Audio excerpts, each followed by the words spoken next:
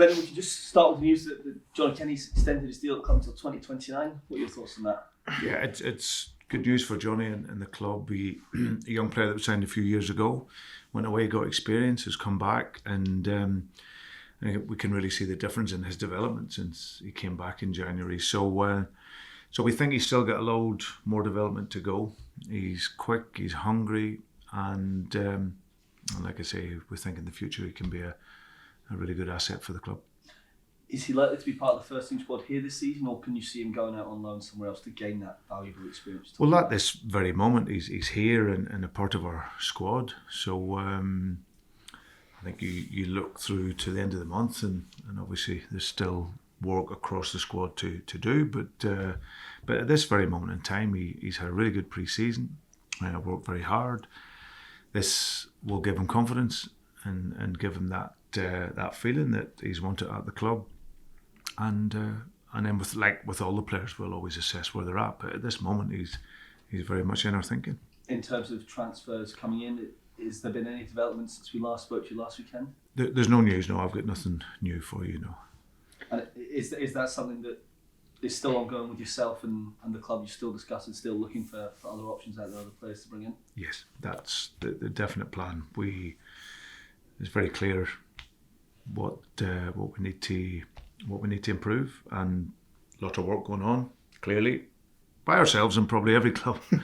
That's the reality of this time of the year. There's lots of work going on throughout many clubs. So, but for us, I know the work that Paul and his staff are putting in. So yeah, we're hoping that we can conclude some deals and improve the squad.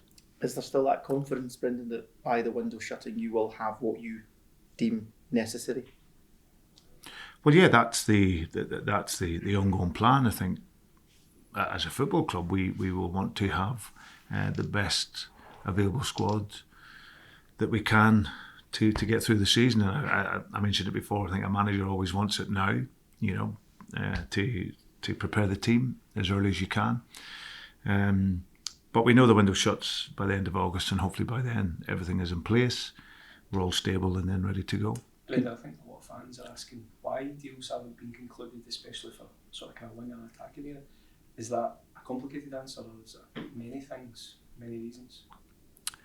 Yeah, I just think that there's obviously many things that go into it. I don't do the deal, so I can't answer that for you. But I know that behind the scenes, obviously, there's a lot of work. There's a lot of discussions that go on to conclude deals. So I'm hopeful that come the end of this window, we will have those deals concluded, and we get the players in that can help us go forward. I think the focus now at this moment for myself is to really make sure that the players that are here are in the best possible condition, best mindset to play the games, and that's where we're at this very moment. You get 10 days before the playoff. Is it cutting it fine for new signings before then? Would you expect major business before then? I really don't know. That's the honest answer. So we just have to keep working to look to get the players in, and in the meantime work with the players that are here to make them the best that they can be. In terms of the fans, Brendan, I think it's fair to say that the frustration is turning into anger towards the board in terms of you speak to the fans regarding the lack of business. Can you understand that? What would be your message to those fans who are beginning to go into the realm of being angry at the lack of business so far? Yeah, I think the board have shown over many years, numbers of years, that the work will get done, and obviously as a group that run the club and have run it so well for so many years, there'll be they have to get what they will feel is the best value for the players. Of course, as coaches and managers and supporters, you want the best players, but ultimately the club will be run in a way that makes sure that both the best players and the best value is there to be made. So, and that sits above me.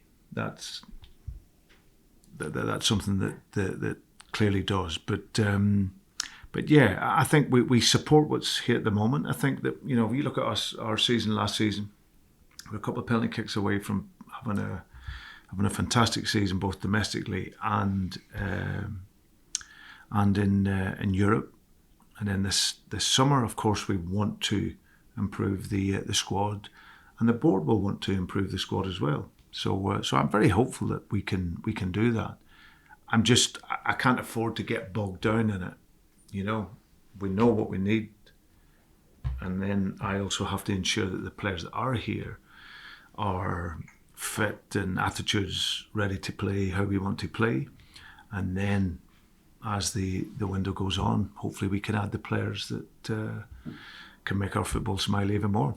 We talked a lot last year about quality, and is that where you are now in terms of the recruitment for the summer? There has been players brought in, but you want guys now who are going to come in and improve that first 11? Yeah, I think that's fair to say. There's been business done in bringing players in, but of course I think I'm very clear where I want to improve the overall squad and the quality of our player in certain areas, and I'm very hopeful that we can do that. Brendan, do you feel like in terms of this recruitment that the issue is identifying the right players or getting deals done for the players that have been identified? No, I don't really want to go into that. It's not the forum for that. It's one where we, our scouts and the recruitment team work ever so hard in identifying players and really good players. So yeah, we just hope by the end game that we can get the right level of player in that can help us and improve us, and we all know what supporters want to see. They want to see that freshness in the team. They want to see the team be exciting. I think when we looked at how we started last season, and there was real excitement around the team and the level of football that we've played, and of course that's always players that allows you to elevate the game to that level. So I'm hopeful that we can do that over these remaining weeks, and then go off into the rest of the season in a really good place. It seems to be a current theme, kind of most summers that Celtic tend to leave it late before pushing the button on the kind of critical signings. Is that a club strategy? Does the club feel like there's more value to be had towards the end of the window? Well, I think over the course of you look at windows, there is always deals done at the beginning that goes a little bit quieter. Clubs will do deals maybe at the beginning of the windows, and then it quiets down a wee bit, and then it really increases over your last 3 odd weeks or so. So I don't think that's just for Celtic. I think it's just the way it goes. But of course, you'll have the trends and you'll have the measures of how Celtic work, and like I say, they've always and will always try and look to bring players in at the best value, and that's how the club is in. Partly the way the club is in the position that it'll be in. So, but it's something that the guys that have run the club have run it for a long period of time in the way they have, and like I said, their interest is the best for Celtic also. We touched on playoff. You could be going to Kazakhstan. Would you think about postponing the league game before? No. No. No. Definitely play that game? We will definitely play that game. Right. Okay. What do you think of playoff draw in general? I think it's whatever you get, they're always going to be tough games because of what the magnitude of the game is. So obviously we watched the first leg closely, and then we'll see what the second leg brings and where we have to go. I think the last time you were at Kazakhstan, you were on Madonna's jet. No. Madonna's jet, I think it was. What? Yeah. Oh my God. Is that who it was? Yeah. Dermot pulling some strings. I think she was playing for us in the second half. Can I ask you? That was a game that was, you would never believe how you can be 5-0 up in the first leg, 6-1 at half time, and yet still a period of fret in that game. So, yeah, I wonder whose jet it'll be this year. Just see on the postponement, Brendan, obviously the other Scottish clubs decided to postpone. What was the thought process behind that? Early in the season. It's at home, and we feel we'll be getting up to speed at that point. We've got a good squad, big squad, and we'll obviously have the midweek game. We'll then have that game on the Saturday. It's a home game. We don't need to travel, and we feel that's still a game that we want to play. As it stands, Brendan, if there's to be no more signings coming in before the Champions League squad registration, do you feel this squad's equipped to tackle the playoffs? Well, whether it is or not is irrelevant. I have to deal with the players that are here, and the players that are here are talented players. They're gifted players, and we'll squeeze everything out of them as what we possibly can. So no good me sitting here saying well they will be or they won't be, or we're prepared or unprepared. It's really irrelevant. I will work with the players that are here, and we'll make them ready and the best that we possibly can. Brendan, what are your thoughts on Aberdeen on Sunday, especially given what happened in the Scottish Cup final? Yeah, but the cup final was clearly hard to lose, because you know the disappointment that it gives so many people. We've been on the other end of winning these games and winning finals, and so you know the disappointment that people feel on losing a cup final. I also know the players had given everything throughout the course of the season and how they felt at the end of the game. I felt sad for them, because, as I said, we were on the verge of winning a treble and having a fantastic season in Europe, scoring all the goals that we did, and then it ends in not a nice way.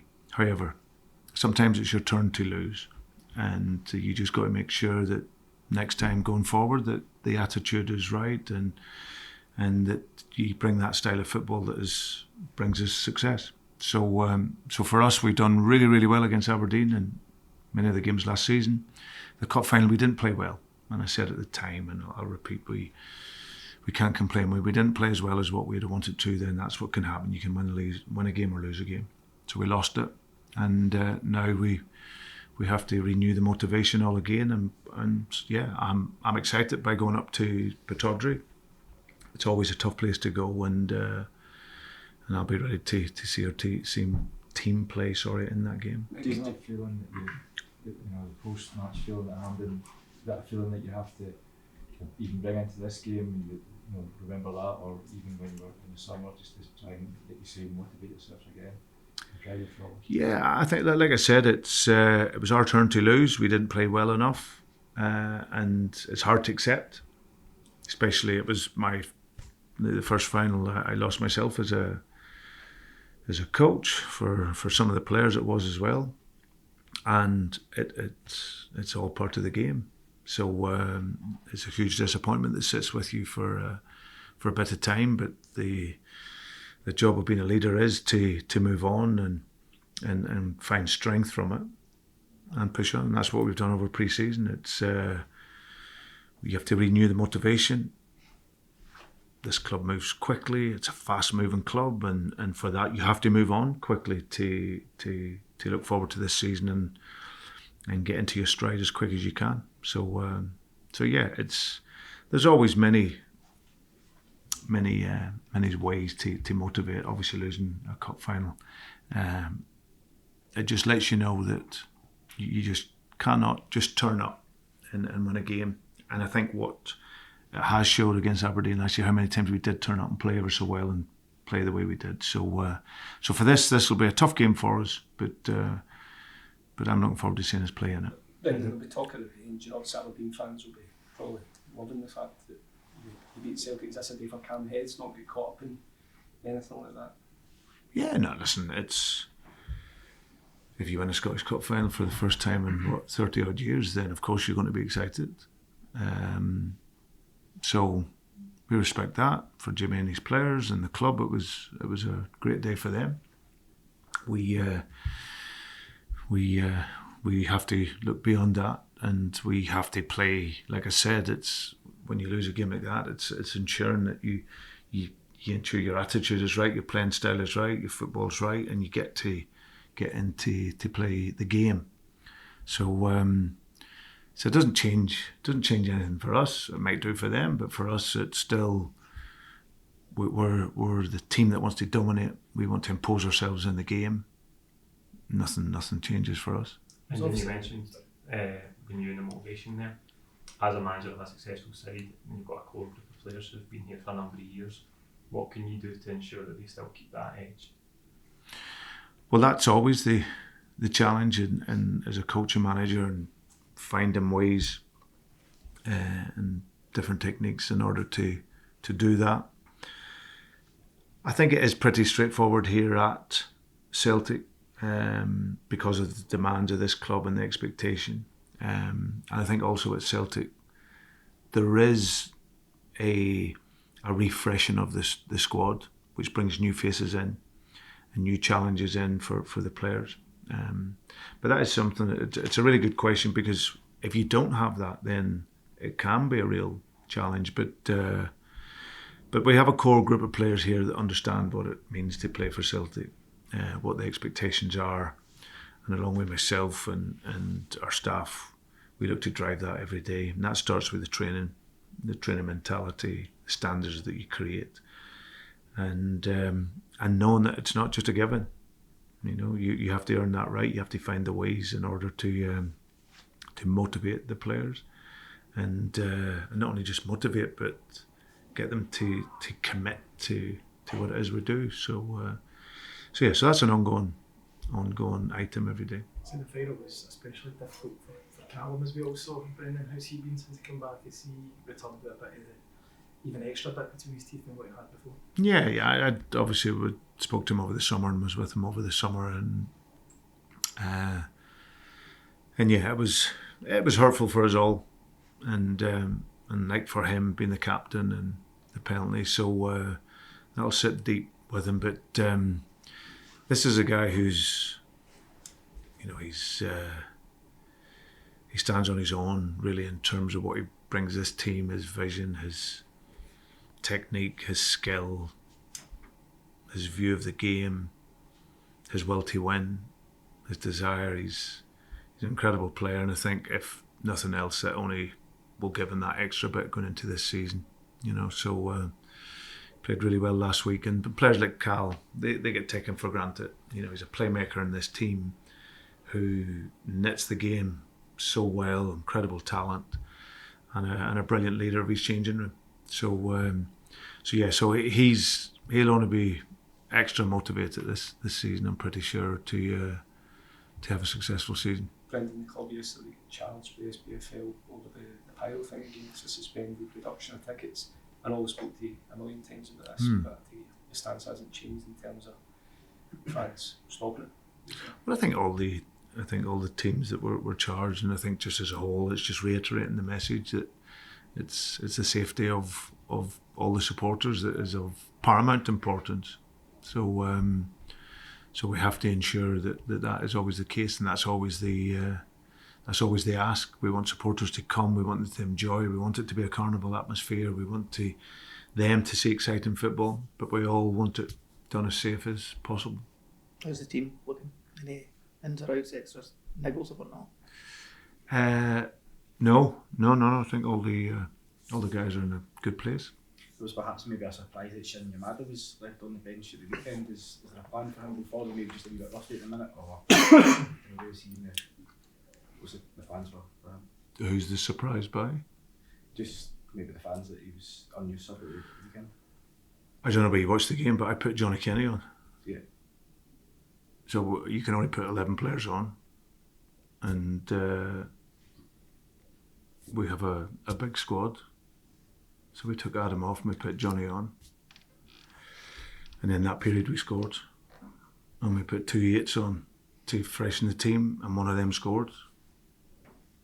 So I can only play 11 players, you know. And I know in football people's values grow when they're not playing. But I always decide what I think is ready for the game. And if Shen or someone else doesn't go on, it's because in that moment I felt the game needed something else. Johnny Kenny's done really well for us over pre-season. He's worked very hard. He's been intense. He's created goals, and he's done well. So, but if I'm to answer every question of the player that you don't play or play, then we'll be sitting all day and night.